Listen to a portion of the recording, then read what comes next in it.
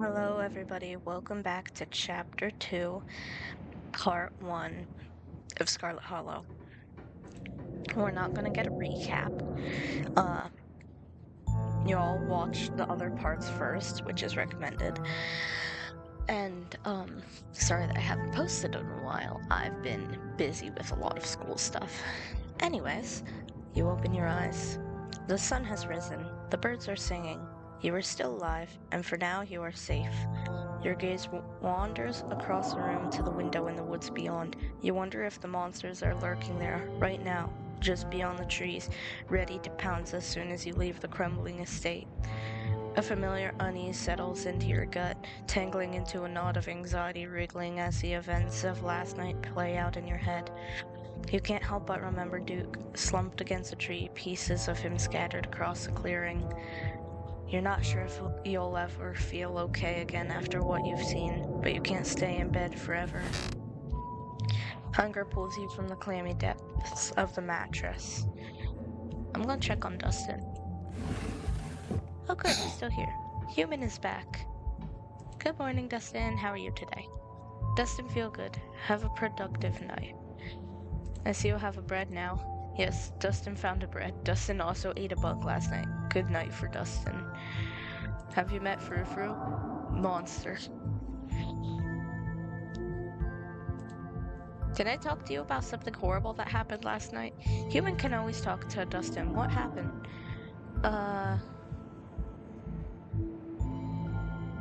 I watched a man die. The woods are full of horrible monsters. I watched a man die last night, Dustin. When Dustin gets scared, Dustin pretend to be dead. Maybe if you pretend to be dead, monsters leave you alone. Maybe Human's friend also play dead. Oh boy. Yeah, Dustin, I don't think Duke was playing dead, but thanks. Thanks for the advice. Nice to catch up, I'll leave you be. Text Stella.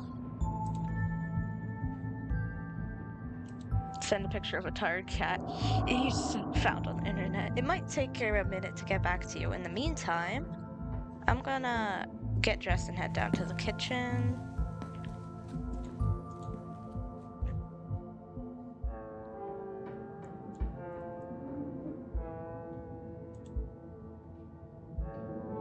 Pet Frou Frou. Worst option possible.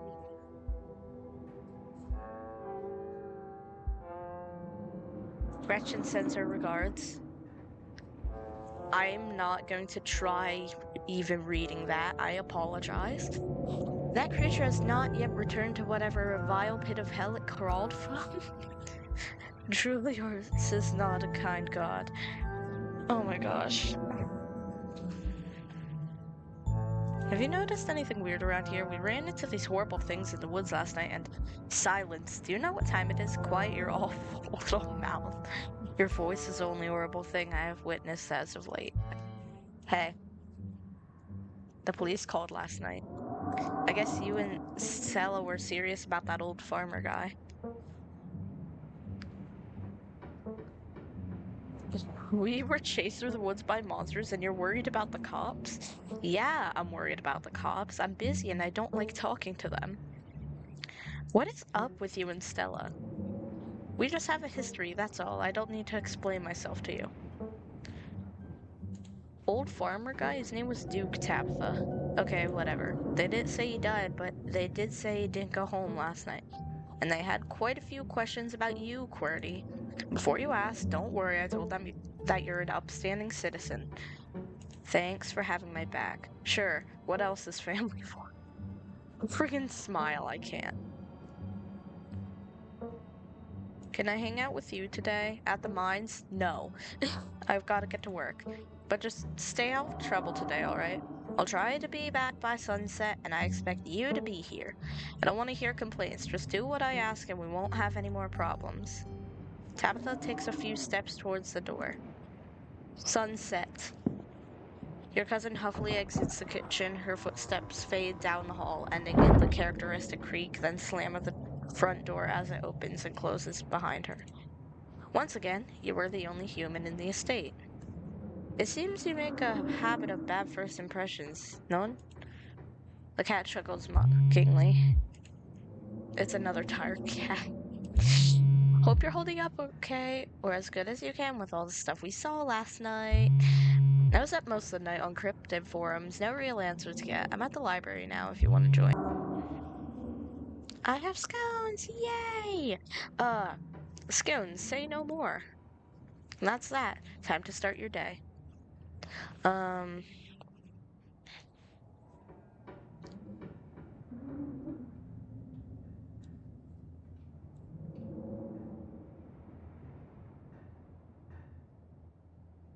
should I have scones?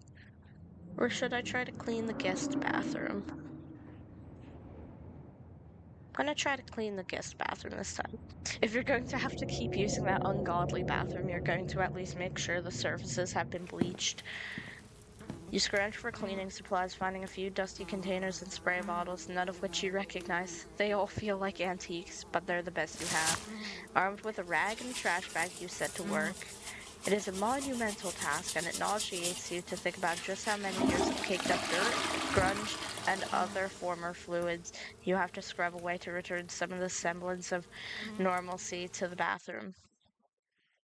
That might be as much as you could do without a pressure washer and renovations. And at least taking showers here won't make you feel dirtier than when you started. But your admiration of a job adequately done is interrupted by the sudden heavy thunk thunk thunk of a metal door knocker, the sound seeming to reverberate its way down your spine. Someone is at the front door. Before you get the chance to decide whether or not to answer, it opens. Oh, I'm so sorry. I hope I didn't scare you. My name is Sybil. I'm a family friend. Just thought I should stop by to check in on you.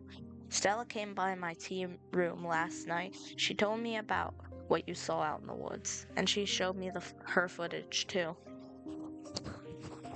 Excuse me. Oh my gosh. She managed to sneak the memory card. Apparently, the police are just holding on to an empty camera. Didn't trust them not to erase the whole thing. I can't say I blame her. I brought some fresh tea. Let's settle in somewhere and talk. You and the old hippie make your way back to the kitchen. She gives one of Tabitha's few mugs a thorough rinse before pouring you steaming tea from her thermos.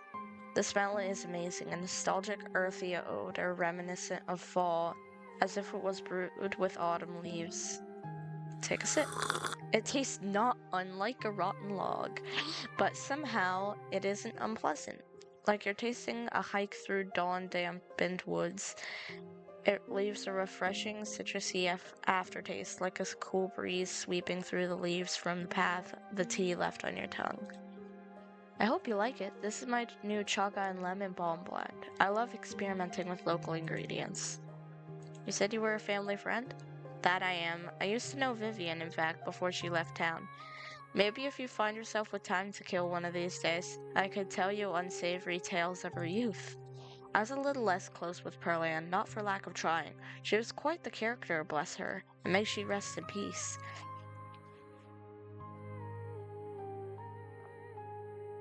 What did you want to talk to me about? Of course, I suppose it's time I cut to the chase, as difficult as it may be to discuss. I know what you two went through, and I know what you saw. Those things are real, neither of you imagined them, and they're certainly no ordinary creatures. My grandmother called them ditchlings, and they're a terrible omen, a sign of great suffering and destruction to come. I've told Stella and my daughter, Kanika, what I know, though I'm afraid that's not much. I've never heard of ditchlings, and I feel like I know a lot about folk tales. Not everything is recorded in writing. Some things you've got to hear about from folks who have seen them firsthand.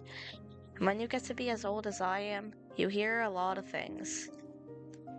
I'm trying so hard not to spoil right now.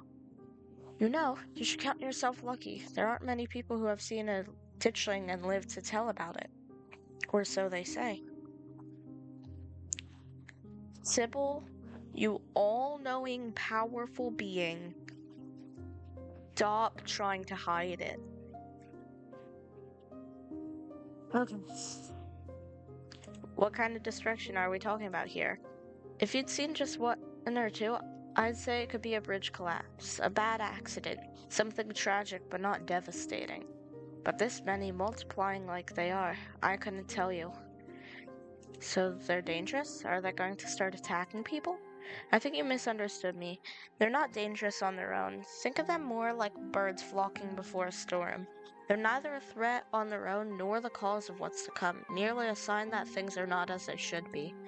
What happened to Duke was an unfortunate accident and nothing more, a consequence of the three of you seeing something you weren't meant to see. If something bad is coming, we need to get people out of here. Leave and go where? These people's whole lives are in this town. Their homes, their histories, their families. Most of them don't even have the kind of money it would take to start new somewhere else. You can try to convince them, but I think you'll find it a difficult task. What can we do about stopping what's coming? I'm afraid I don't have any good answers to that, but I suppose the best we can all do is stay close to our loved ones. Yeah, you don't have answers, huh? You don't have answers? I'd say that would mean Tabitha should try to stay here with you, spend some time with her only living relative while she can. But I get the feeling she cares a little too much about her work to let herself leave it for that long. You could always go to her. Maybe that would bring her a little joy, even if she might struggle to admit as much. There was a man on the way home.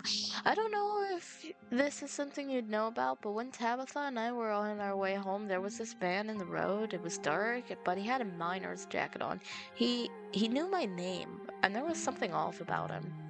Oh yes, that would be Wayne probably. He's a bit of an adult local. You don't have to worry about him. He's harmless, just very sick. But do let me know if he bothers you again, okay, dear? Sip your tea in silence. You sip your tea in silence. I'm sorry, dear. I worry that I've done nothing but scare you. But I couldn't rest knowing that I hadn't yet been able to pass on some kind of warning. Even if I'm not quite sure what I'm warning about just yet, I'm unable to talk. There's a sound somewhere above you, a creaking floorboard, betraying a shifting presence. There's something in the room above you. You heard that too, didn't you? You know, dear, I was planning to stop by the mines for a quick chat with your cousin. Maybe it would be a good idea if you came along. I don't like the thought of you being alone in this big house. Not with the town the way it is right now. There's another creak from above. Leaving suddenly seems like a very good idea. Do you think this place is haunted? If it is haunted, I wouldn't doubt that you'd find out as soon as you were alone here for too long. It sounds to me like whatever might be here is already restless to have you to itself. Silently hurry to the front door. I guess we're going then. You're once again surprised by the freshness of the mountain breeze, your lungs having grown accustomed to the stale, dusty air of the estate, not realizing how much they were being suffocated. At least it's a pleasant day for a walk. There really is nothing like the mountains in autumn. There's something comforting about the woman's presence. She exudes a warmth, her smile feeling like kindly approval, even though you feel you've done nothing to earn it. We're going to have to stop here for the moment. Thank you everybody for watching, and I will come out with part 2 of chapter 2. Thank you.